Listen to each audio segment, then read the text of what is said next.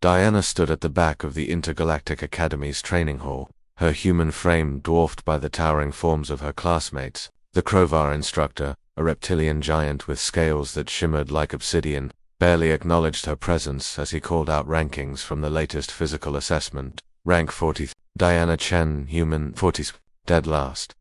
Again. The chittering laughs of the insectoid Vex students filled the air. Even Jamie, the only other human in the academy and her closest friend, winced sympathetically from his position at rank 30. Humans weren't meant for this place, a proving ground where the galaxy's elite warriors trained. They were too small, too weak, too fragile compared to species that had evolved under crushing gravity or in the depths of toxic ATMOs PHERES. Diana kept her eyes forward, refusing to give them the satisfaction of seeing her break. She'd heard it all before. Humans were only accepted into the academy as a political gesture, a token species from a backwater planet that had barely achieved faster-than-light travel.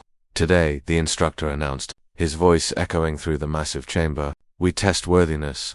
The floor split open, and a platform rose from below. Upon it rested a weapon that made even the largest students step back, the Hammer of Ka, a legendary artifact from the ancient Titan Wars. Its head was the size of a hub, forged from collapsed star material, pulsing with an inner purple light. The handle stretched 3 meters long, carved from the bone of some extinct leviathan. This hammer, the instructor continued, has remained unmoved for 3,000 cycles. It is locked by its own gravitational field. Only one deemed worthy by the ancient Titans can lift it. Many have tried. All have failed. Diana had heard stories about the hammer. It sat in the academy as a reminder of the warrior cultures that came before, a challenge that remained unmet. Speculation ran wild about what worthy even meant. "Each of you will attempt to lift it," the instructor declared. "Begin with rank 1.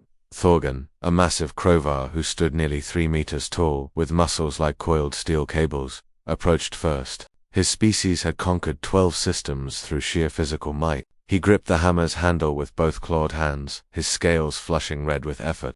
The hammer didn't budge a millimeter. One by one, the students tried. The Vex used their telekinetic abilities. The crystalline shardfolk channeled energy through their bodies. The gravitationally adapted Voem, who could crush stone with their bare hands, strained until their purple blood vessels bulged. The hammer remained absolutely still.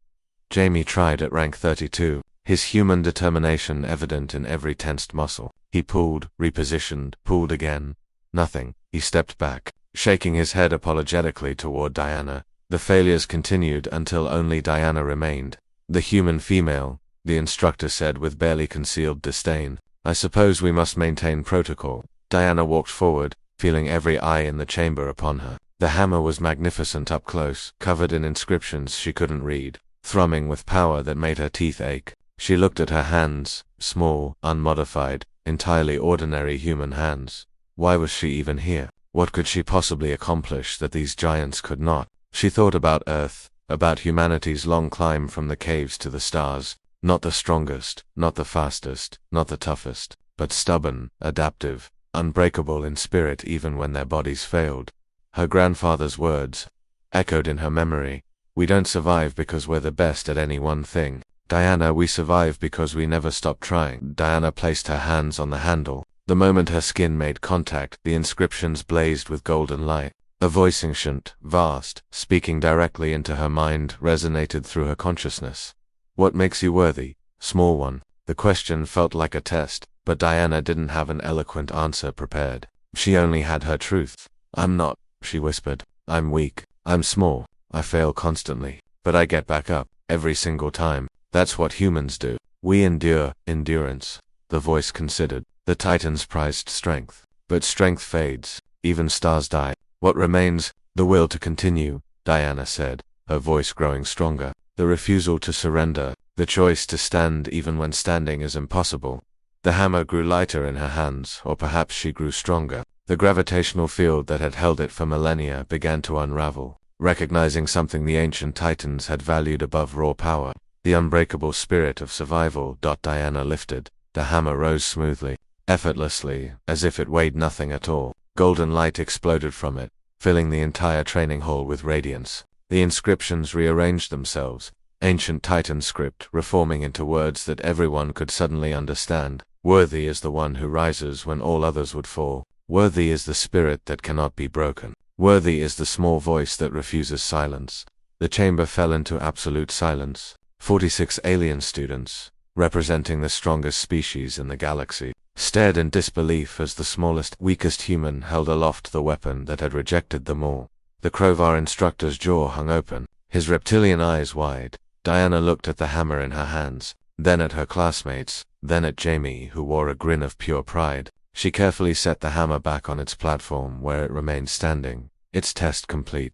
Rank 47, she said quietly, meeting the instructor's eyes. But still here, as she walked back to her position, something had changed. The other students parted for her, not in mockery, but in respect. They had learned what the Titans had known millennia ago, that true strength isn't measured in muscle or claw or telekinetic power. It's measured in the refusal to quit. Jamie caught up to her, laughing. You know they're going to have to completely redo the ranking system now, right? Diana smiled. Good, maybe they'll finally add a category for stubbornness. From that day forward, the Hammer of Carthax remained in the academy, but its lesson had changed. It was no longer a reminder of ancient warrior might, but a testament to a truth the galaxy was just beginning to understand. Humanity had arrived, and they weren't going anywhere.